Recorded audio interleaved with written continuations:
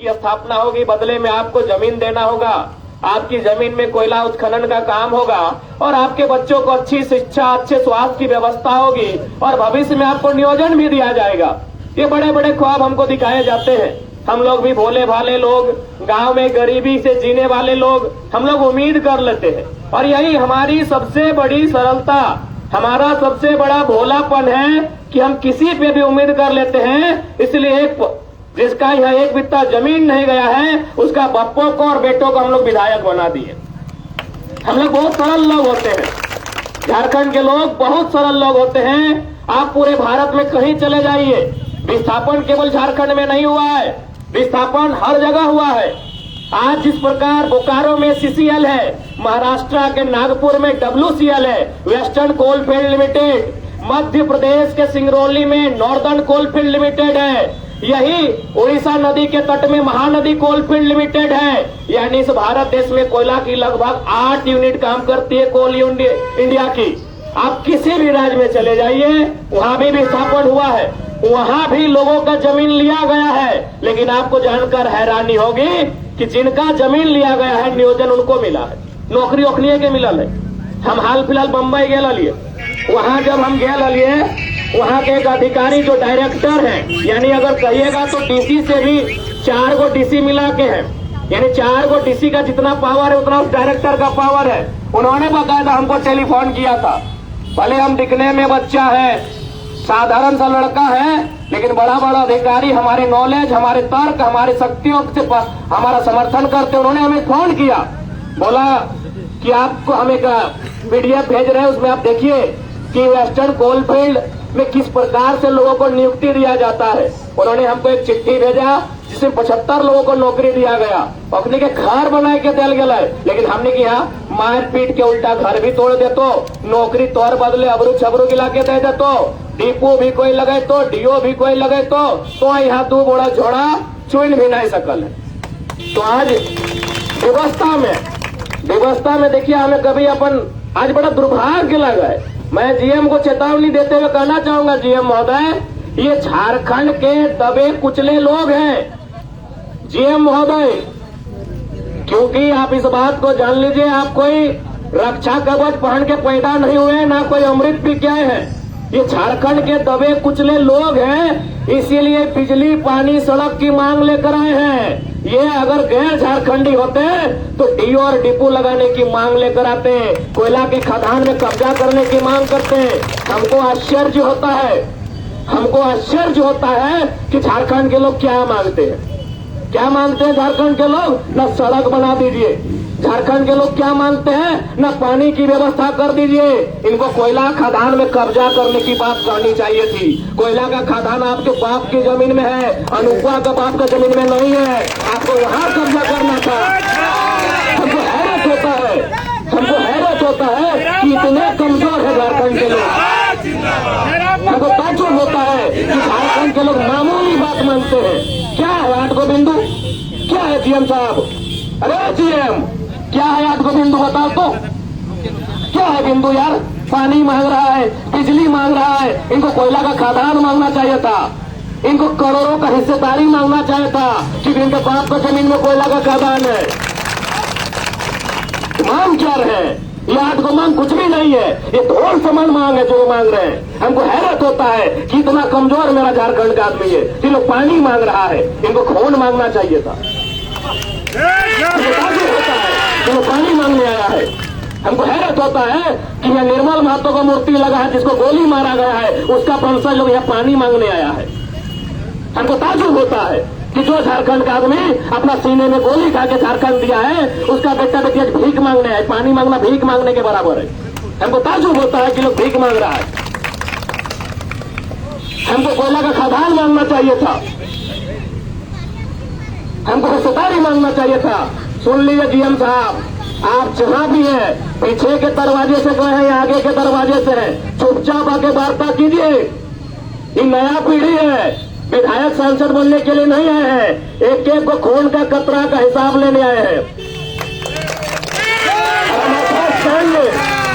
अभी world cup चल रहा है ना, साउथ अफ्रीका का टीम को सब जानते हैं ना। ये लड़का लोग को बोल रहे हैं, जो लोग 120 और 140 का स्पीड में अपना गाड़ी चलाता है। अरे जिंदगी तो हमारा ऐसे जा रहा है, शराब पी के किडनी खराब होके गाड़ी में रोड एक्सीडेंट में जिंदगी तो ऐसे जा रहा है। हम एक उदाहरण दे रहे हैं, साउथ अफ्रीका का टीम आप लोग देख रहे हैं, बड़ा अच्छा खेल रहा है। हाँ, इंडिया से थोड़ा कम अच्छा खेल रहा है, इंडिया ही वर्ल्ड कप जीते। तो साउथ अफ्रीका का टीम में वो बहुत बड़ा खिलाड़ी था, आज वो नहीं खेल रहा, उसका नाम था ग्रीम स्मिथ। वो अपना घर का जहां वो रोज सोता था वहां 3 वो लाइन लिखा था कि हमको बड़ा होके एक दिन साउथ अफ्रीका के लिए क्रिकेट खेलना है। दूसरा लाइन लिखा था हमको साउथ अफ्रीका की क्रिकेट टीम का कप्तान बनना है। और तीसरा लाइन लिखा था हमको ऑस्ट्रेलिया में जाके टेस्ट मैच जीतना है, ऑस्ट्रेलिया को हराना। वर्ल्ड कप जितना उसका ख्वाब नहीं था, वो तीनों ख्वाब पूरा किया। आप भी अपना घर जाइए और टूटा फूटा घर में लिखिए कि फलना जीएम मेरा नुकसान किया है, उससे हमको बदला लेना है। अरे ऐसे तो मर जाओगे यार, ऐसे तो रोज सुनते हैं रोड एक्सीडेंट में मर गए। ऐसा हैबा जताया कि शरीर के हड्डी नहीं मिला, जान तो ऐसे जा रहा है। जाओ घर का दरवाजा में, अरे सर्वा जीएम कौन, क्या नाम है इसका, घर का दरवाजा में लिखो, जाओ अपने घर के दरवाजा में लिखो। ठीक है, इसका आज नौकरी है, सरकारी नौकरी है, एसपीडीसी इसका गुलाम है। जब नौकरी नहीं रहता है ना, कोई नहीं पूछेगा, बदला उस समय लेंगे, इसका भी बेटा बेटी होगा। जाओ अपने घर के दरवाजे में लिखो। और बदला कब लोगो पता है, जब तुमको भी लगेगा कि मेरा जिंदगी और 5 महीना का है। लगता है आज बहुत सा लड़का लोग बोलता है कि कैंसर है भैया, क्या करे, बोलिए कहाँ धमाका करे। सही बात बता रहे हैं कि कैंसर है भैया आपको, यानी जब तुमको लगे कि अब तो मेरा जिंदगी खराबे है, तो आज के डेट में जो जीएम है ठीक ही नहीं रहेगा, इसका बेटा रहेगा ना, इसका नाती रहेगा ना, बदला लेने का आप सोचो। बहुत अन्याय से है, बहुत अन्याय से है। आज यहाँ जितने भी सीआईसी प्रशासन के लोग आए, हम शुरू से कहेंगे आपसे हमारी कोई शत्रुता नहीं है। आप हैं कौन बताइए, आप 3rd और 4th ग्रेड की नौकरी करने वाले लोग, आपके पिताजी क्या है, विस्थापित होंगे या कोई किसान होंगे या कोई मजदूर होंगे, जीएम नहीं है। आप जितने भी यहाँ सीआईएसएफ और झारखंड पुलिस के लोग हैं, आपका कोई जीएम नहीं है। अगर आपका बाप जीएम होता तो 3rd और 4th ग्रेड की नौकरी नहीं करवाता। हमारी लड़ाई जीएम से है, हमारी लड़ाई राजा साहब के सारू राजकुमार से है, जो एक दिन में 1 करोड़ रुपया कमाता है। आप हमारे भाई बहन हैं, आप सिस्टम हालात के आगे मजबूर है। और ये आपको भी मानना होगा कि आज भी भारत देश में अंग्रेजों का शासन है। कैसे तो आपको बताते हैं। देखिए, अब ये वो कंपनी में हम ताला बंद करने आए, अब 100 की संख्या में पुलिस चले आए। क्या भाई, कंपनी का मतलब इंडिया है क्या? कुछ दिन पहले ऊपर घाट में हाथी आया था, कई को पुलिस गया था बताइए। ठीक है, आप सरकारी लोग हैं, मानते हैं, लेकिन आप जब रात को चले जाइएगा, जब आप सोने लगिएगा, जब ड्यूटी छोड़ दीजिएगा रात को, दिल से सोचिएगा कि वास्तव में भारत देश की व्यवस्था क्या है। ठीक है, सरकारी नौकरी करते हैं, हम मानते हैं आप अपने परिवार को चलाने के लिए, अपने बच्चों को पढ़ाने के लिए अपने दायित्व के आगे मजबूर है। लेकिन सोच के देखिए, एक कंपनी में हम बैठे, 100 को पुलिस लाठी लेके आ गए, हजारों हाथी हमारे फसलों को बर्बाद किया। क्या किसान का खेत भारत को टैक्स नहीं देता है? क्या किसान का खेत भारत को टैक्स नहीं देता है? देता है कि नहीं देता है? तो फिर हाथी जब गया तो कई को पुलिसकर्मी हमारा खेत के चारों ओर घेर के खड़ा था, जैसा आज कंपनी को घेर के खड़ा। क्या मतलब है इसका बताइए? इसका मतलब यही है कि आज देश की सत्ता, आज देश के संविधान की शक्ति, आज देश की संप्रभुता मात्र चंद मुट्ठी लोगों के हाथों में है। आज वही भगत सिंह कहते थे कि आजादी हम अंग्रेजों से छीन लेंगे, उठा के पटक के छीन लेंगे, लेकिन क्या ये आजादी गांव तक जाएगी? आप देखिए, आज भी आजादी गांव तक नहीं गई है। उन्होंने कहा था कि आजादी मुट्ठी भर अमीरों के पास होगी। देखिए, मुट्ठी भर अमीर जीएम को घेर के आप बचाने आ गए हैं। कहे भाई, मेरा खेत बचाने कहे नहीं गए? क्या मेरा खेत भी टैक्स देता है?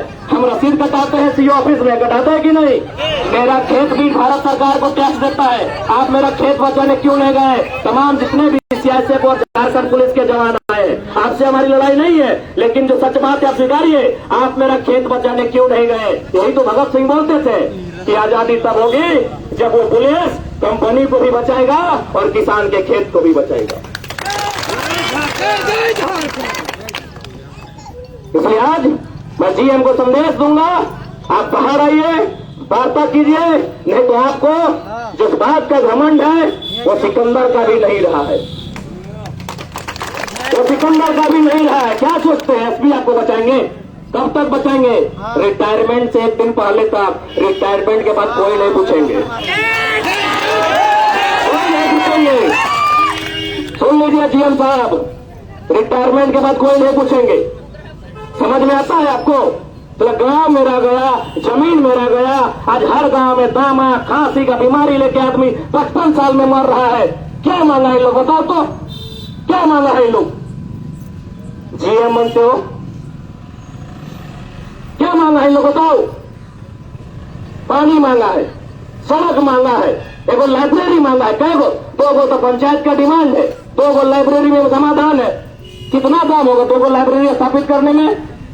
2.5 लाख करके 5 लाख। यहाँ रोज यहाँ करोड़ों रुपया तुम्हारा राजा साहब का साड़ू कमा रहा है, नहीं दिखाई दे रहा है? क्या मांग रहा है बताओ नहीं लोग? आज हम बोल तो रहे हैं कि हमको ताज्जुब होता है कि झारखंड के लोग भीख मांगते हैं, मामूली सा नौकरी मांगते हैं, मामूली सा मुआवजा मांगते हैं। इनको कोयला के खदानों में कब्जा करना चाहिए था। हमको ताज्जुब होता है। इनको डर लगता है कहीं मर न जाए, इनको डर लगता है कहीं केस न हो जाए, इनको डर लगता है कि कहीं पुलिस से भिड़ंत न हो जाए। अरे डर डर के तो हम लोग पूरा पैरमो गंवा दिए, डर डर के हम लोग आधा पैरमो गंवा दिए, भूमिया गंवा दिए। क्या बचा है झारखंड के पास? जहां जहां खनिज संपदा तहां कब्जा है। इसलिए आज मैं स्पष्ट कहूंगा कि आज जो भी मांगों को लेकर आप आए हैं, ये मामूली मांग है। अगर नहीं मानता है, बदला लेने का सोचिए, बदला लेने का सोचिए। हम तो यहां तक बोले कि आने वाला पीढ़ी, खासकर कोयला की धरती में जहां विस्थापन है, यदि कभी विवाह करती है तो हम भाई बहन दोनों को बोले हैं, बहन को भी बोले और भाई को भी बोले हैं कि हम 2 हमारे 2 नहीं, 2 को एक्स्ट्रा पैदा कीजिएगा। उसको कागज कलम किताब नहीं, हथियार देके पोस्तों बढ़ाइएगा। मजबूरी में एक पढ़ा लिखा लड़का को मजबूरी में ऐसा बोलना पड़ा। आज मेरा देखिए 1.5 साल का वीडियो, एक भी भाषण देखिए। हमने हमेशा क्या कहा? भारतीय संविधान article 1, India is a country of states. हमने हमेशा जिक्र किया है। आर्टिकल 19 का जिक्र किया है हमने, आर्टिकल 16, आर्टिकल 14, आर्टिकल 15 का जिक्र किया है हमने, आर्टिकल 39 का जिक्र किया है हमने, आर्टिकल 44 का जिक्र किया है हमने, अनुसूचित 7, अनुसूचित 9 का जिक्र किया है। लेकिन आज हथियार का जिक्र उसी लड़का को करना पड़ रहा है। कारण 2 सालों में मेरे भाषण का स्तर अगर बदला है तो बेईमानी के कारण बदला है, भ्रष्टाचार के कारण बदला है, और इसका दोषी यहाँ का करप्टेड सिस्टम है। और सुनिए मेरा ऐसे वीडियो, 1.5 साल से हमने यही हमेशा संविधान की धाराओं की बात कहा है। हमेशा हमने तेलंगाना, तमिलनाडु, हरियाणा, पंजाब को उदाहरण दिया है। हमने हमेशा महाराष्ट्र, गुजरात के बंटवारे को उदाहरण दिया है। लेकिन आज व्यवस्था के कारण, आज मजबूरी में मैंने अपने भाषण के स्वर को बदला है, क्योंकि इतना अन्याय जो झारखंड के साथ हुआ है, पूरे ब्रह्मांड में, पूरी दुनिया में किसी के साथ नहीं हुआ है। बोले तो मैंने 8 गो कोयला का यूनिट है। जीएम को मालूम है कि नहीं? 8 गो कोयला का यूनिट होता है।